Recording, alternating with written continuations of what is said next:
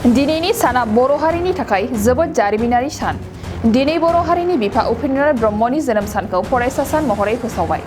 बेजों लोगोसे दिनै आसाम केबिनेटआ बिटिआर हालामनि थाखाय माखासे गोनां बिथांखि आखायाव लायो। बेफोरनि मादाव गुबैयै बर'फोरनि गोलाव समनि दाबि बर' रावजों 12 थाखोसिम फरायनो हानाय सुबिदा खालामनांगौ। बे दाबि बोनायखौ दिनैनि केबिनेट जथुमाव बर' रावजों थाखो 12 सिम फरायनो हासिगोन होनना थांखि आजावबाय। जों मिथिगौ दि 27 जानुवारि 2020 इं मायथाइयाव बिटिआर गोजोन गोरोबथाया जादोंमोन। बे गोजोन गोरोबथा बायदि बिटिआर ओनसोलाव फरायसालिमा गायसननांगौ। बेबायदिनो बिटिआरआव गासै गंजि फरायसालिखौ फरायसालिमासिम खालामनाय जागोन होनना दिनै थांखि लाबाय। बिटिआर ओनसोलनि लामाखौ जौगाखां खालामनो थाखाय थांनाय समाव आसाम सरकारनिफ्राय 500 कोटी रां हरदोंमोन। बेबायदिनो बे खेबावबो गुडवेलनि गेजेरजों बिटिआरनि हान्थिनाय लामानि थाखाय 250 कोटी रां हरनाय जासिगोन होनना दिनै थांखि आजावो। আজিৰ কেবিনেটত বড়ো ভাষালৈ এটা গুৰুত্বপূৰ্ণ সিদ্ধান্ত গ্ৰহণ কৰা হয়। সেই সিদ্ধান্তটো হ'ল যে বড়ো ভাষাৰ মিডিয়াম বৰ্তমানলৈকে 10ম শ্ৰেণীলৈকে ব্যৱহাৰ কৰাৰ অনুমতি আছিল। অৰ্থাৎ বড়ো মিডিয়াম স্কুলসমূহ ক্লাছ 10লৈকে চলিছিল। আজি কেবিনেটে এটা গুৰুত্বপূৰ্ণ সিদ্ধান্ত লৈ বড়ো মিডিয়াম স্কুলসমূহ 12শ মান শ্ৰেণীলৈকে চলাৰ বাবে অনুমতি প্ৰদান কৰে। অৰ্থাৎ সেৱালৈকে এতিয়া বড়ো মিডিয়াম চলিছিল। আজিৰ কেবিনেটৰ সিদ্ধান্ত মতে এতিয়াৰ পৰা ক্লাছ 12 অৰ্থাৎ কাউন্সিলেও বড়ো মিডিয়ামত শিক্ষানুষ্ঠান চলাৰ অনুমতি দিব পাৰিব। গভৰ্ণমেণ্ট স্কুলেই হওক, প্ৰাইভেট স্কুলেই হওক, আপ টু ক্লাছ 12লৈকে বড়ো মিডিয়াম চলিব পাৰিব। আজিৰ কেবিনেটত আৰু এটা গুৰুত্বপূৰ্ণ সিদ্ধান্ত হয় যে বড়ো মিডিয়ামত আমি যিবিলাক অধ্যাপক নিযুক্তি কৰোঁ, সেই অধ্যাপকসমূহত ৰিজাৰ্ভেশ্যন ক্ৰাইটেৰিয়া আহি যোৱাৰ কাৰণে পোষ্টবিলাক খালী হৈ থাকিছিল। কাৰণ শিডিউল কাষ্ট বা সাধাৰণ লোকে বড়ো ভাষা বা OBC লোকে বড়ো ভাষাৰ ওপৰত পোষ্ট গ্ৰেজুৱেট নকৰে। ফলত ৰিজাৰ্ভেশ্যন পইণ্টত যদি ফেকাল্টি পোষ্টটো শিডিউল কাষ্ট বুলি আহি গ'ল, সেই পোষ্টটো চৰকাৰে ফিল আপ কৰিব নোৱাৰা হয়। তাৰ ফলত ৰাজ্য চৰকাৰে বড়ো ভাষাৰ শিক্ষক নিযুক্তি কৰাৰ পিছতো বহু কলেজ আৰু বিশ্ববিদ্যালয়ত আমি বড়ো ভাষাৰ অধ্যাপক নিযুক্তি দিব পৰা নাছিলোঁ। আজিৰ কেবিনেটে বড়ো ভাষাৰ শিক্ষক নিযুক্তিৰ বিষয়টো, শিক্ষক মানে অধ্যাপক অধ্যাপিকা অকল কলেজত, সেইটো আমি ৰিজাৰ্ভেশ্যন আউটাৰ পৰা বাহিৰলৈকে লৈ আহিলোঁ। অৰ্থাৎ এতিয়া শিডিউল টাইপ প্লেইনছ এজনে 2টা পোষ্টতে প্ৰয়োজন হ'লে চাকৰি কৰিব পাৰিব। আগতে এটাত পাৰিছিল ৰিজাৰ্ভেশ্যন ক্ৰাইটেৰিয়া থকাৰ কাৰণে। এতিয়া যদি আপুনি বড়োত PG কৰিছে আৰু আপুনি যদি ST ল'ৰা হয়, SC বুলি আৰু কোনো পোষ্ট নাথাকে, OBC বুলি কোনো পোষ্ট নাথাকে, আপুনি 2টাতে ST হ'লেও আপুনি চাকৰি কৰিব পাৰিব। বা ভাইচ ভাৰ্চা, কোনোবা SC ল'ৰা যদি 2টাই পোষ্ট গ্ৰেজুৱেট পাছ কৰি থৈছে ইন বড়ো লেংগুৱেজ, তেওঁলোকে 2টা পোষ্টতে সোমাব পাৰিব। তাৰমানে ইয়াত ৰিজাৰ্ভেশ্যন নাথাকে, খালি বড়ো লেংগুৱেজত আপোনাৰ পোষ্ট গ্ৰেজুৱেট ডক্টৰেট লাগিব, আপুনি বড়ো ভাষাৰ শিক্ষক হ'ব পাৰিব। তাৰ কাৰণে আৰু আপুনি যে ST, SC, OBC ৰিজাৰ্ভেশ্যনৰ কাৰণে বড়ো ভাষাৰ পোষ্ট খালী হৈ থাকিব নালাগে।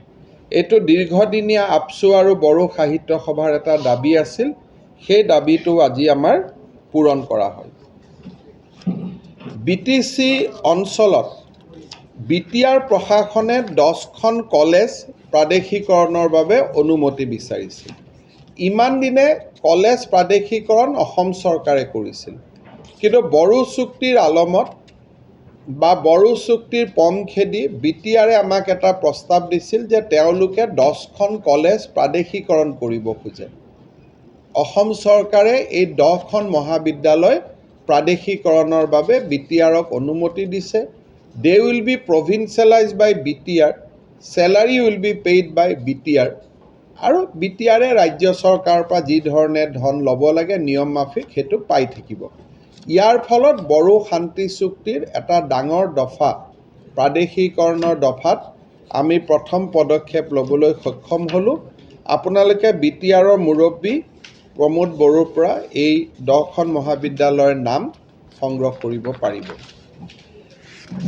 বড়োলেণ্ডৰ বা বিশেষকৈ আমাৰ BTCত থকা BTRত থকা এই 5খন জিলাৰ ৰাস্তা ঘাট উন্নয়নৰ কাৰণে আমি গুডউইল প্ৰজেক্ট যোৱাবাৰ 500 কোটি টকাৰ দিছিলোঁ। আজি আমি নতুন আৰু এটা প্ৰজেক্ট BTRত আৰম্ভ কৰিব খুজিছোঁ, মুখ্যমন্ত্ৰীৰ গুডউইল প্ৰজেক্ট। এই প্ৰজেক্টৰ অধীনত এই বছৰ ৰাস্তা ঘাট বনাবৰ কাৰণে BTRে অতিৰিক্ত 250 কোটি টকা পাব আৰু অহা বছৰ তেওঁলোকে আৰু অতিৰিক্ত 250 কোটি টকা পাব। কিন্তু ইয়াৰ এটা চৰ্ত হ'ল যে 10 কিলোমিটাৰৰ তলত কোনো ৰাস্তা হ'ব নোৱাৰিব। দলং হ'ব পাৰিব, কিন্তু ৰাস্তা হ'ব লাগিলে 10 কিলোমিটাৰ লাগিব। এতিয়া 10 কিলোমিটাৰ বুলি কওঁতে কোনোবা এটা 9 কিলোমিটাৰ হ'লে এইটো বেলেগ কথা। তাৰমানে আমি এইটো বুজাইছোঁ যে মুখ্যমন্ত্ৰীৰ গুডউইল প্ৰজেক্টৰ অধীনত আমি অতি কমেও 50টা ৰাস্তা আমি BTRত বনাম। 50টা ৰাস্তাত যদি 1 কোটিকৈ গ'ল, 50 কোটি হ'ল, কিন্তু 10 কিলোমিটাৰৰ ৰাস্তা হ'ব। টোটেল 500 কোৰ্চৰ আমাৰ ৰাস্তা হ'ব আৰু 500 কিলোমিটাৰ আমি ৰাস্তা বনাব পাৰিম।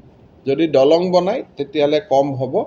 গতিকে আজি আমি BTRৰ বাবে এই গুডউইল প্ৰজেক্টটো আমি অনুমোদন জনাইছোঁ। 250 কোটি টকা এই বিত্তীয় বৰ্ষত পাব, 250 কোটি টকা তেওঁলোকে অহা বিত্তীয় বৰ্ষত পাব। ৰাজ্য চৰকাৰৰ লোক নিৰ্মাণ বিভাগে এই প্ৰকল্প ৰূপায়ণ কৰিব BTR প্ৰশাসনৰ সহযোগত। শ্ৰদ্ধাৰ কোকৰাঝাৰবাসী জনগণ, ইয়াৰ দ্বাৰা কোকৰাঝাৰ পৌৰসভাৰ অন্তৰ্গত অঞ্চলত বসবাস কৰা জনগণলৈ এটা জৰুৰী ঘোষণা আগবঢ়োৱা হৈছে।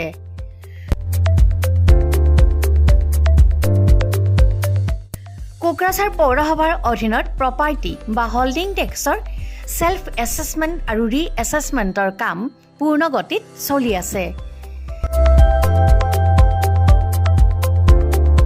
যিসকলে এতিয়াও সেল্ফ এছেছমেণ্ট বা ৰি-এছেছমেণ্টৰ কামবোৰ সম্পূৰ্ণ কৰা নাই, তেওঁলোকলৈ আমাৰ বিনম্ৰ অনুৰোধ, আপোনালোকে অতি সোনকালে অনলাইন যোগে সেল্ফ এছেছমেণ্ট আৰু ৰি-এছেছমেণ্টৰ কামসমূহ সমাধান কৰি লওক।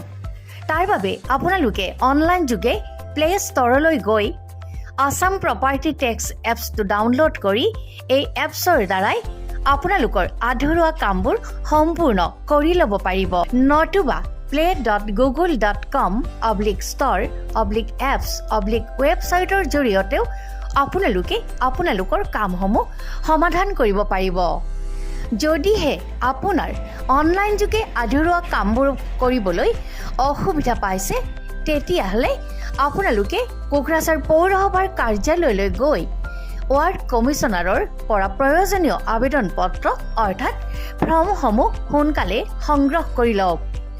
বিতংকৈ জানিবলৈ কোকৰাঝাৰ পৌৰসভা কৰ্তৃপক্ষৰ সৈতেও যোগাযোগ কৰিব পাৰিব। ইতিমধ্যে আপোনালোকৰ সহায়ৰ বাবে মেগা কেম্প কাৰ্যসূচী অনুষ্ঠিত কৰি থকা হৈছে। ধন্যবাদ।